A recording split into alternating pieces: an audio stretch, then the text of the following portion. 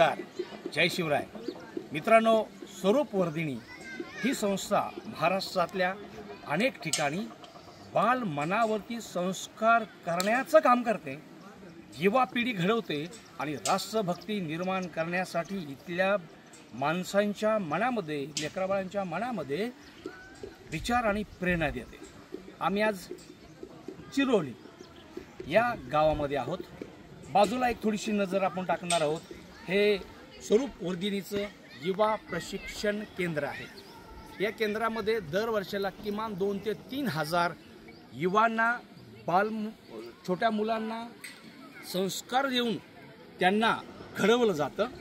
शिक्षण, आत्मविश्वास आणि राष्ट्र निर्माणामध्ये ही मुलं काम करत असतात।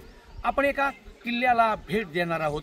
मुलांनी स्वतःच्या कल्पनेतून एक स्मार्ट किल्ला बनवला आहे। त्या मुलांच्या मुलाखती घेणार आहोत। चला तर आपण एक किल्ला बघणार आहोत। नमस्कार, माझं नाव सोहमान बाबुल, मी आता 7वीत शिकतो। माझ्या शाखेचं नाव राजश्री शाहू महाराज शाखा। उन्हाळी शिबिर 2025-26 आमचं इथं 5 दिवसाचे शिबिर आहे।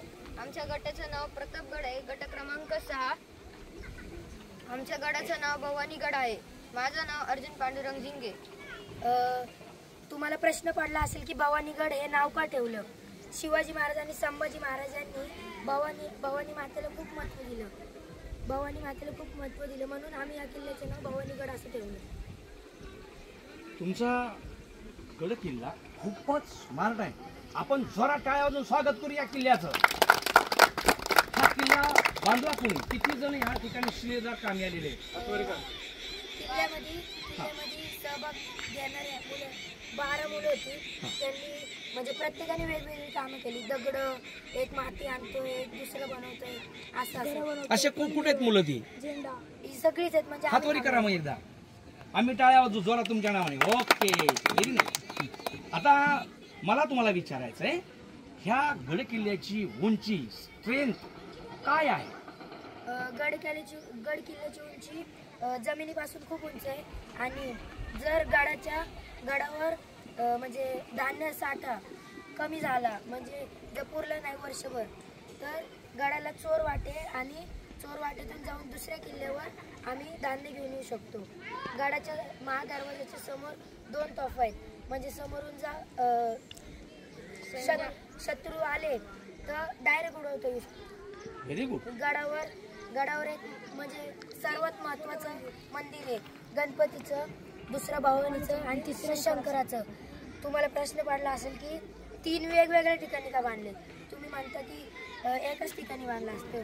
म्हणजे आता भवानी देवीचं मंदिर आहे, तिथं भवानी देवीची मूर्ती सापडली, इथं गणपतीची आणि इथं शंकराची, म्हणून आम्ही वेगवेगळी बांधली। अच्छा, जिथे मूर्त्या सापडल्या तिथेच त्याचं मंदिर बांधलेलं आहे। आता मला वाटतं मे महिना आहे, ऊन रखरखीत आहे। गड किल्ल्यावरती राहणाऱ्या माणसांना पाण्याचा इथं कुठेच दिसत नाही। कुठे पाण्याचं काय? ओ हो हो हो, क्या बात, विहीर आहे? अरे गच्च भरलेली विहीर आहे। खूप छान, खूप छान। अजून काय वेगळं आणि वैशिष्ट्य काय असणार आहे आपल्या गड किल्ल्याचं? वेगळेपण काय आहे? जसं तुम्ही म्हटलं की उंची ही वेगळेपण आहे, अजून काय वेगळेपण असेल? आमच्या गडाची तटबंदी एकदम मजबूत आहे, जेणेकरून जास्ती करून तो जरी चालवले तरी तटबंदी लवकर तुटणार नाही। आणि समोरचा जर दरवाजा जरी तुटला तरी मावळ्यांना लगेच खबर मिळेल, मावळे तिथे येऊन थांबतील। तिथं जास्ती जागा नाहीये, सैन्य हळूहळू येणार आणि मावळे त्यांना लवकर मारू शकतात, जेणेकरून सैन्य लवकर गडावरती नाही येऊ शकत। जोरात टाळ्या वाजवा। किती बुरुज आहेत तुमच्या किल्ल्याला? बुरुज किती? किल्ल्याला हा एक आहे, इथं एक म्हणजे 2 झाले, तिसरा इथं एक आहे, चौथा तिथं, 5वं तिथं आणि 6वं तिथं। 6 बुरुज आहेत म्हणजे। आणि या 6 बुरुजांपैकी सगळ्यात अभेद्य कुठला आहे? तो वाला का? काय त्याची रचना कशी? म्हणजे सर्वात उंच तोच भाग आहे आणि तिथून दुश्मनांना म्हणजे मावळ्यांना 4 बाजूला लक्ष ठेवतील म्हणून। Very good. हा बुरुज खरंच एकदम मजबूत आहे, तगडा आहे, उंचावर आहे आणि तिथून टेहळणीसाठी सगळा अर्धा एरिया तरी किमान काबीज करता येतो। खूप छान। मित्रांनो, बाल मन काय असतं, त्याला जर प्रेरणा मिळाली, त्याला जर विचार मिळाला, तर अशा कल्पनेचा विकास होऊ शकतो आणि सुंदर गड किल्ला निर्माण होऊ शकतो। सर्व बालकांच्या वतीने आपण टाळ्या वाजवून स्वागत करू आणि मोठी घोषणा देऊ, छत्रपती शिवाजी महाराज की जय, छत्रपती शिवाजी महाराज की जय.